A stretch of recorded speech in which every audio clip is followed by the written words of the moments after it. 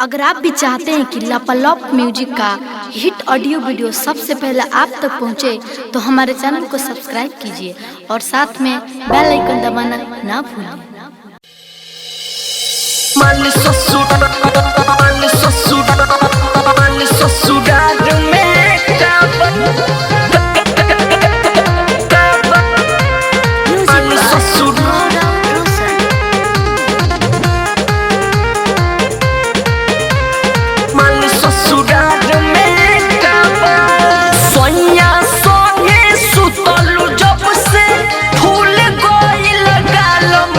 ससुराल में काबा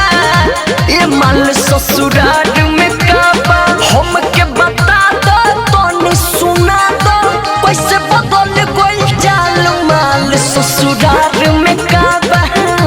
ये माल ससुराल में काबा माल ससुराल में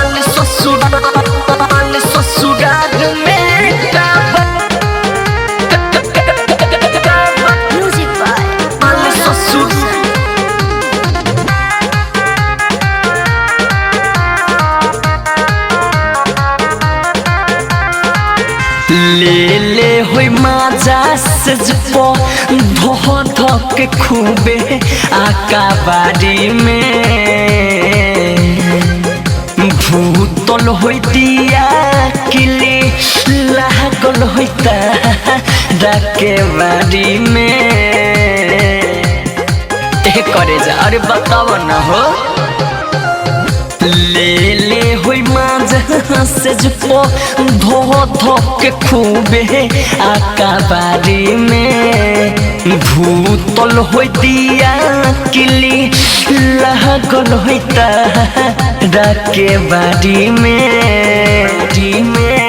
कोई से कटल तोड़ सुहाग रात के कोई न होई संभालो माल ससुराल में काबा ए माल ससुराल में काबा सोया सोने सुतलू जब से फूल गोई लगाल माल ससुराल में काबा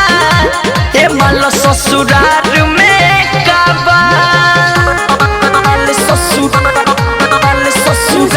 में काबा माल ससुराल में काबा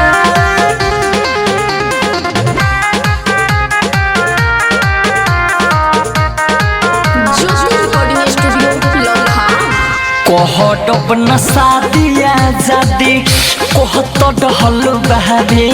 हो कुआरे में काहे मोनो माटी बैठल भइल काये गोरी तोड़ का पहरे में हट बता दो काहे बैठल बड़ू हो कहत अपना शादिया जादी कहत डहलू बाबे हो कुआरे में काहे मन मारी बैठल बाडू भइल काये तोर का पारे में एक नीति से बोलू सुधीर का देहलस कोनो जंजाल माल ससुराल में काबा ए माल ससुराल में काबा सोया सोने सुतलू जब से फूल गोई लगाल माल ससुराल में काबा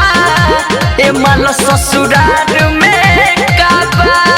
अरे बताओ ना। ज्योति रिकॉर्डिंग स्टूडियो लखाम।